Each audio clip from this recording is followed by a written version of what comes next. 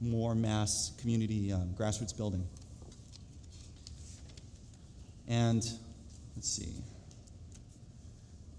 Another thing that I'd like to mention as a victory in the last 16 years is the solidification of some very important Hawaiian institutions that had been built over decades.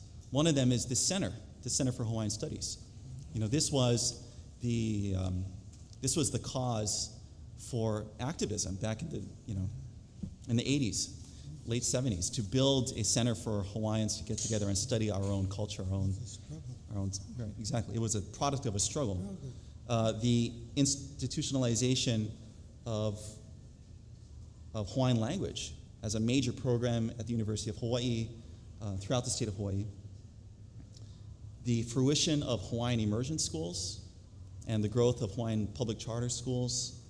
The fact that now you can use Hawaiian language and it not be something that is completely anachronistic or out of the ordinary. Those are all things which I think we should be very proud of, and that we should say, we did that. It was the product of struggle.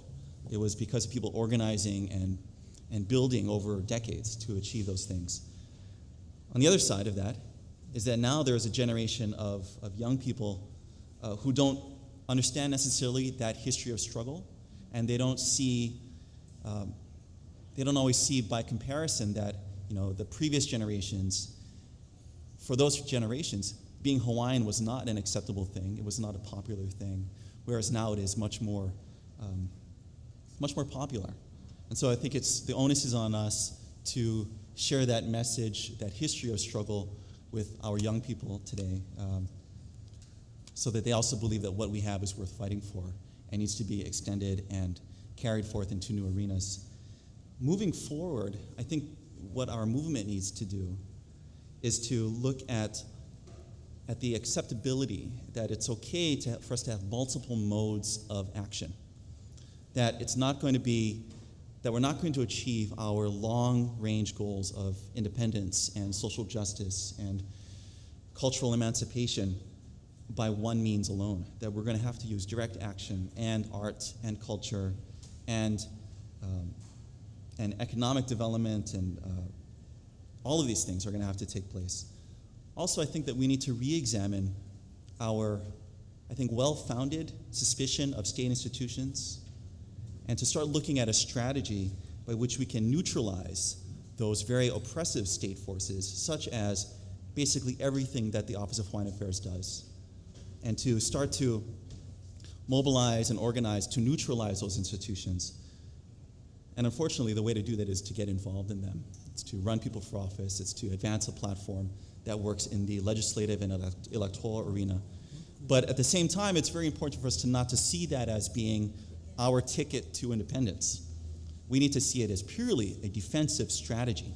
This is the way in which we can stop some bleeding while we do other things which can actually take us closer to our real goals. I think we need to understand our movement within a context of a collapsing empire. And that's something that has been a long-term trend since the 1970s. The United States, as a hegemonic world-dominating power, it's been collapsing. Its inability to win the Vietnam War, I think, is the bellwether for that change in United States politics globally.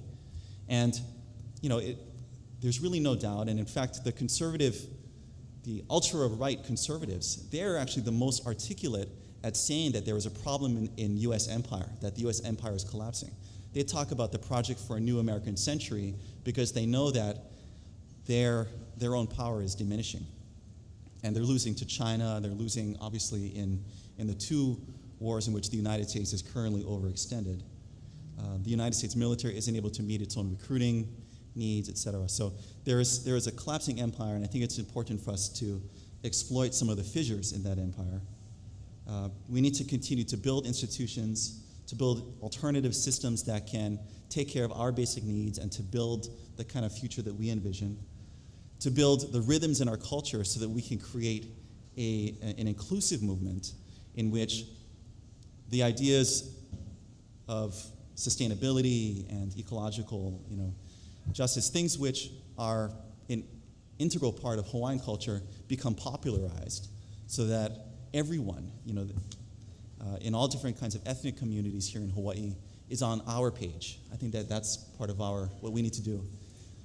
And as much as I don't like the ways in which the dominant culture tries to assimilate all peoples towards its values and its mores, I think it's very important for Hawaiians to work towards assimilating everyone towards our way of life.